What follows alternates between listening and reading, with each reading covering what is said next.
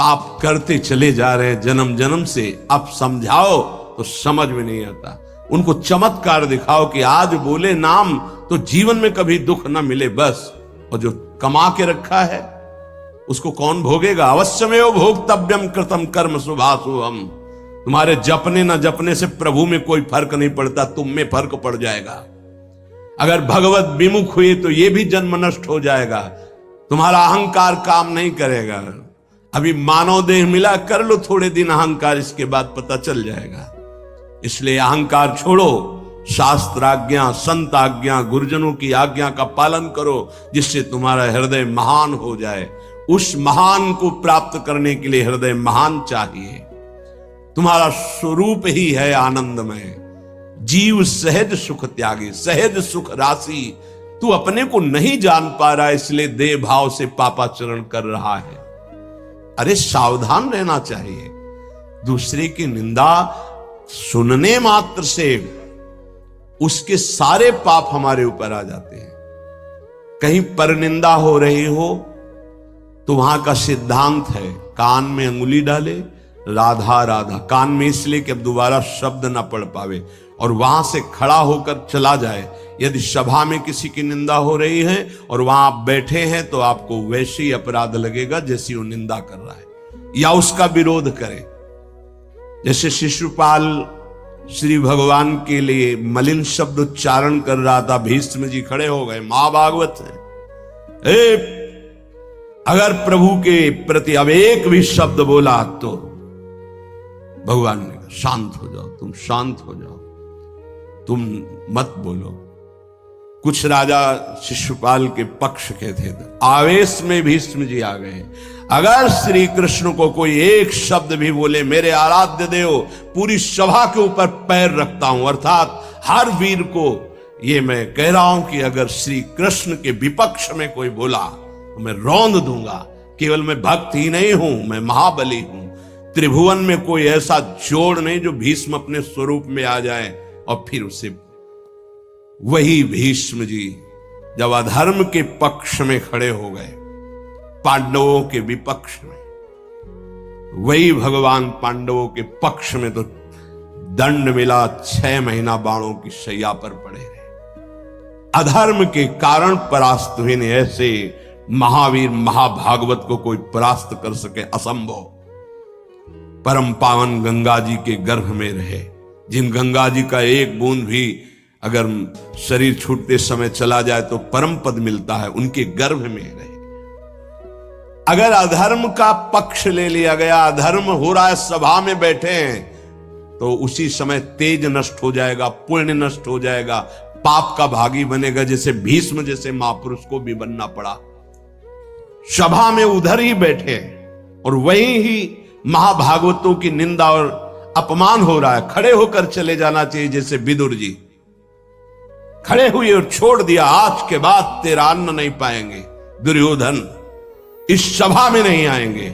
जिस सभा में धर्मात्माओं की निंदा हो, उस सभा का त्याग कर दे। एकांत फूस की झोपड़ी बनाकर रहना पसंद, भिक्षा मांग के खाना पसंद, अधर्मियों का अन्न नहीं, अधर्म सभा का सेवन नहीं। तो भगवान विदुरानी जी के घर गए थे। पर निंदा सुनि श्रवण मलिन, बचाना चाहिए श्रवण इंद्रिय को। जहां किसी की निंदा हो, अब तो शौक है इस बात का, निंदा करने का और सुनने का एक व्यसन है। अपने को बड़ा अच्छा साधक मान लेना, दूसरे को हे मानकर उनकी निंदा करना, ये क्या कर रहे हो? अपने जीवन को गर्त में गिरा रहे हो। पर निंदा के ते आवत नहीं कछु हाथ, मूर्ख पर्वत पाप को ले चल अपने साथ। बचन दोष पर गाए, दूसरों की विषय की चर्चा करने का समय कैसे मिलता है लोगों को? नाम जप करो, अपने विषय में सोचो, तुम्हारा मंगल कैसे होगा, तुम निष्पाप कैसे होगे, तुम्हारे दुखों की निवृत्ति कैसे होगी, तुम अपने कर्तव्य का पालन कैसे करोगे, तुम्हारा धर्म क्या है, इस विषय में सोचो। दूसरों के विषय में बोलने की हमारे पास समय वृत्ति कैसे है? ना तो वृत्ति होनी चाहिए ना समय। पर निंदा सुनकर श्रवणेंद्रिय मलिन हो गई और पर निंदा करके वचन मलिन हो गए और अपने प्रभु से विमुख होकर, हरि से विमुख होकर सब अपवित्र हो गया।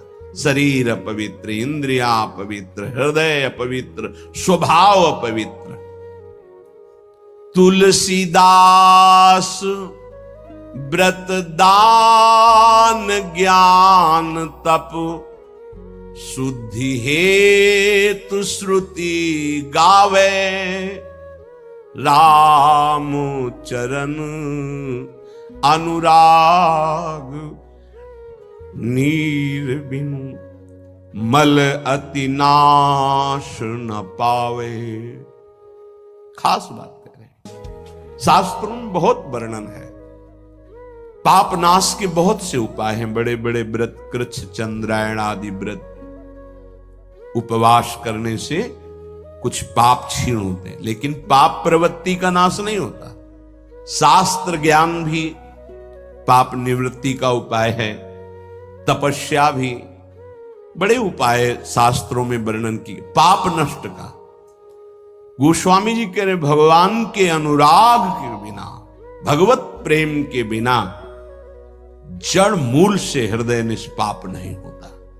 पाप की जड़ है प्रवृत्ति, वासना, कामना, तृष्णा, स्पृहा। इनका जड़ से नाश हो जाता है जब हृदय प्रेम से द्रवित हो। अपनापन जब प्रभु से होता है, मेरे प्रभु, जहां हृदय में द्रवण क्रिया हुई, आंखों में अश्रु बहे, वो जो पवित्रता होती है, मम भक्ति युक्तो भुवनम पुनात, लोगों को पावन करने की सामर्थ्य उसमें आ जाती है। ये अनुराग प्राप्त करने के लिए मानव देह मिला है, हरि अनुराग।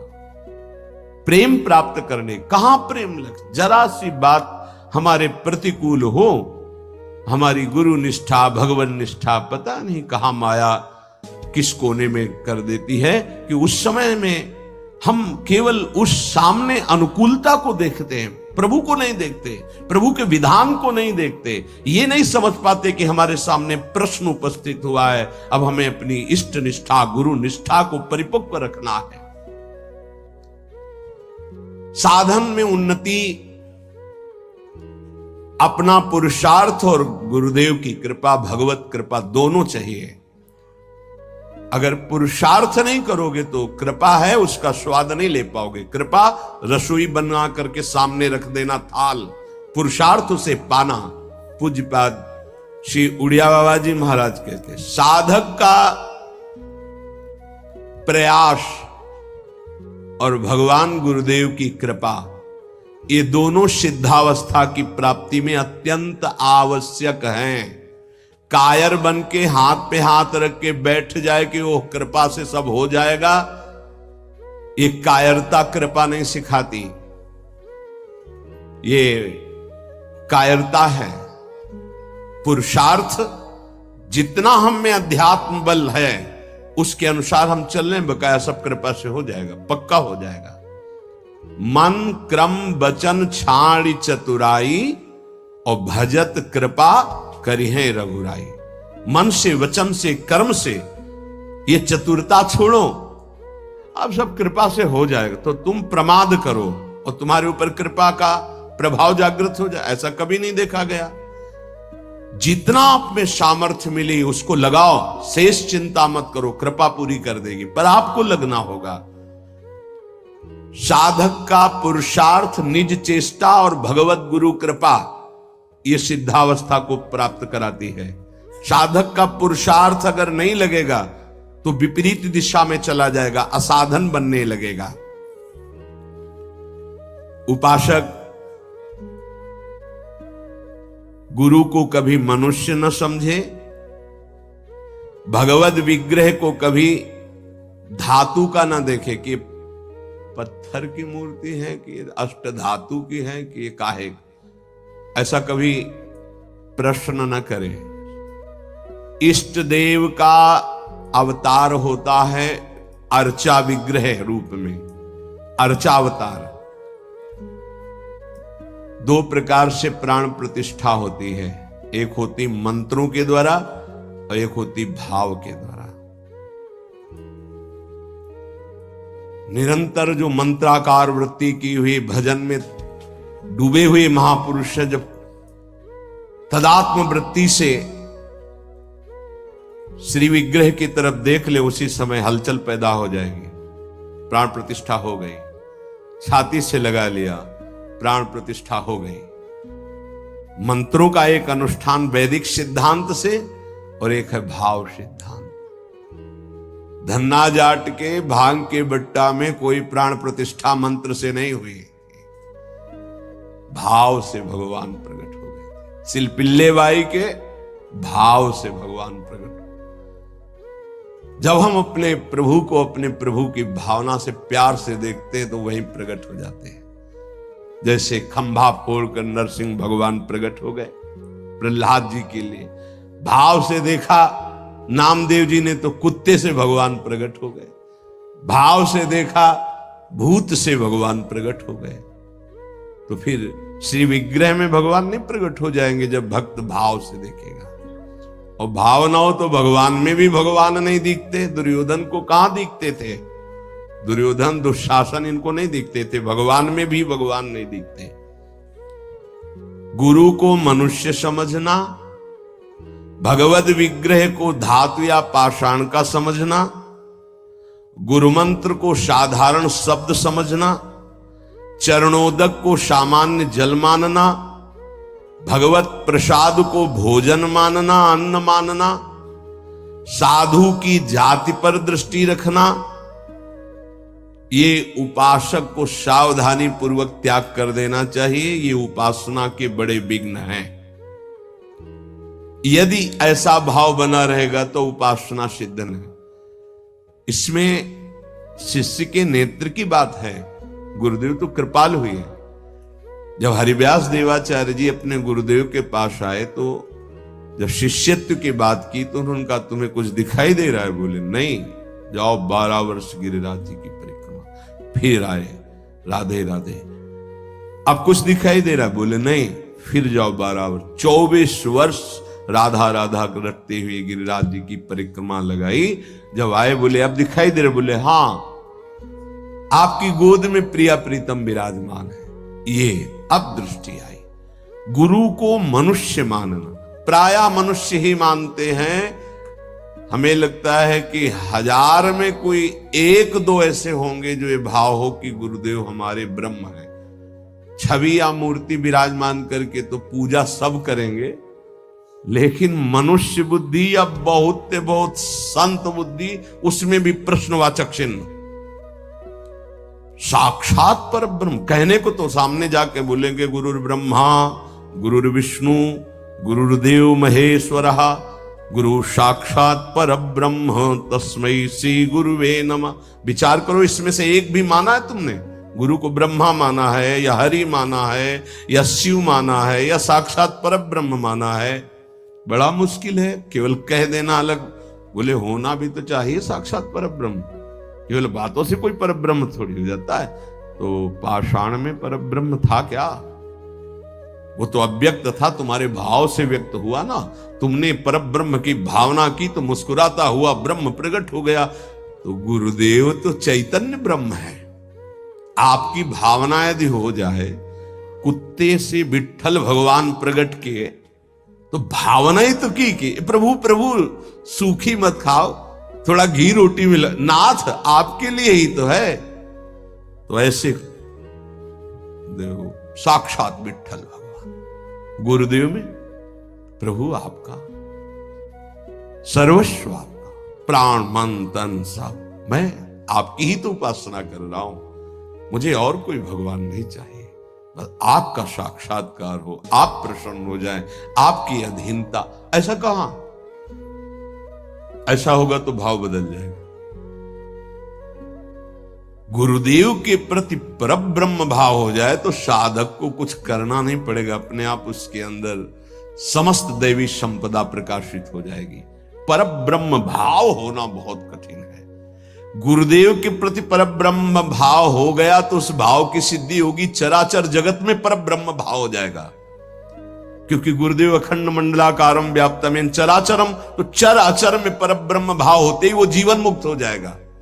बहुत कठिन बात है। इसलिए उपासक इस भाव को सिद्ध करे, गुरुदेव साक्षात परब्रह्म, भगवद विग्रह साक्षात मेरे इष्ट देव, चरणोदक अहो भाग्य, जो हमें चरणामृत पीने को मिल रहा है, कोई जल नहीं, और गुरुदेव का मंत्र, ये कोई शब्द नहीं है, साक्षात इष्ट देव मिल गए, मुझे मंत्र मिल गया तो। पर ऐसी बुद्धि कहां है? पड़ा है एक कोने में हृदय में मंत्र, उसका बार बार स्मरण नहीं, बार बार दुलार प्यार नहीं मंत्र का। आप देखो मंत्र को कितना प्यार करते हैं आप। मंत्र का प्यार है बार बार स्मरण करना, दुलार करना, तो उसी का जागरण होगा। तो वही प्रिया प्रीतम निकुंज सब उसी में छुपा है। ये जो मंत्र है ना, इसमें सब कुछ छुपा है।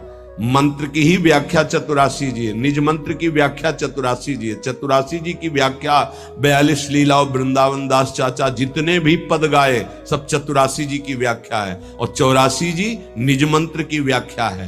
ये अंदर की बात समझ। मंत्र मिला मतलब पूरे निकुंज की चाबी मिल गई।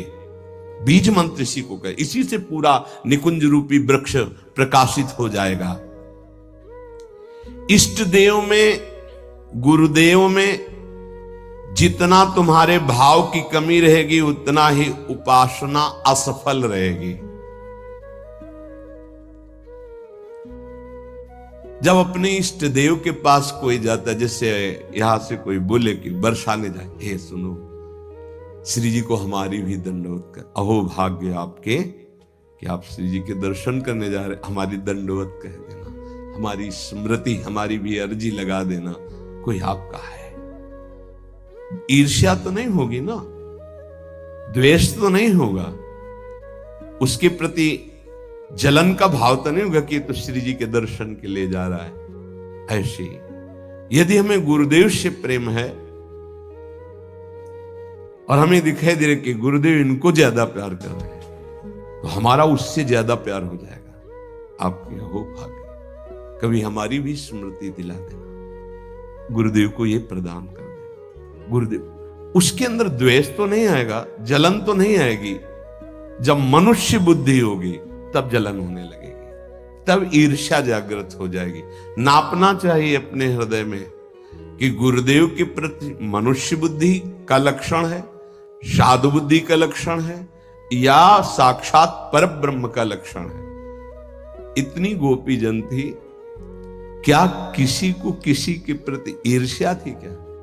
एक साथ बैठकर सब कात्यायनी की उपासना, एक साथ यमुना स्नान, एक साथ अनुष्ठान श्री कृष्ण को प्रीतम रूप में प्राप्त करने का। ऐसे सहस्त्रों उपासक, सही पूछो तो इतना भी अंतर नहीं, सबके प्रति प्रभु का समान प्यार है, गुरुदेव का, प्रभु का। पर जो जितना प्रभु मानेगा, जितना अपनापन करेगा, वो दूर रहकर भी अनुभव करेगा कि गुरुदेव का, इष्ट देव का हमारे प्रति सबसे अधिक प्यार है। यह सबको अनुभव होगा। यदि आप पवित्र हृदय से, भगवत भाव से, तो आपको यह अनुभव होगा कि देखो, देखें या ना देखें, बोले या ना बोले, मिले या ना मिले, मेरा हृदय कहता है कि गुरुदेव, इष्ट देव सबसे ज्यादा मुझे प्यार करते हैं। ये भगवत भाव में रहता है। इष्ट देव और गुरुदेव की परिपूर्णता के भाव में जितनी कमी रहेगी, उपासना उतनी कच्ची रहेगी।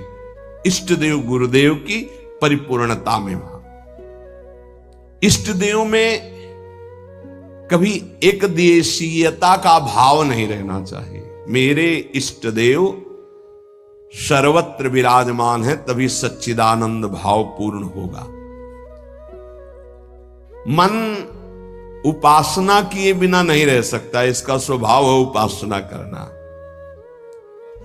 यदि प्रभु की उपासना नहीं की तो भोगों की उपासना ये करेगा ही करेगा, तुम इसे रोक नहीं सकते हो।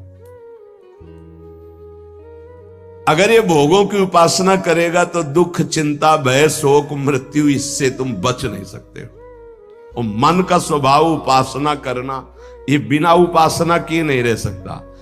यदि प्रभु की उपासना नहीं की तो विषय की उपासना करेगा, इसलिए बचाओ इसको विषय उपासना से और प्रभु की तरफ लगा दो। तो बोले ये जानते हुए कि ये विषय उपासना पाप कराएगी, फिर भी हम इसे क्यों नहीं रोक पाते? तो श्री भगवान कह रहे हैं कि तुम्हारा ज्ञान 3 तरह से ढक गया। पहला, अग्नि में जैसे धुआं पर अग्नि है अर्थात ज्ञान है, पर धुआं हट जाए तो सही ज्ञान दिखाई दे, ऐसे पहली स्थिति उपासक की विषय उपासना की तरफ, काम वासना की तरफ जब होती है, उस समय एकदम वो ज्ञान जागृत करने के लिए सत्संग आदि का सहयोग तो बच जाएगा। नहीं, दूसरी आती दर्पण में मल की तरह, अब उसमें बड़ा प्रयास करने पर। तीसरी आती है जेर में ढका हुआ गर्भ, अब उसमें समझ में ही नहीं आता कि क्या ठीक है क्या नहीं ठीक है, जो वासना आई वैसी क्रिया हो गई। आवृतम ज्ञान में तेनो ज्ञानिनो नित्य वैरिणा काम रूपेण कौन्तेय दुष्पूरेणानलेन च। हे कुंती नंदन, ये काम अग्नि है, ये कभी तृप्त होने वाला नहीं है।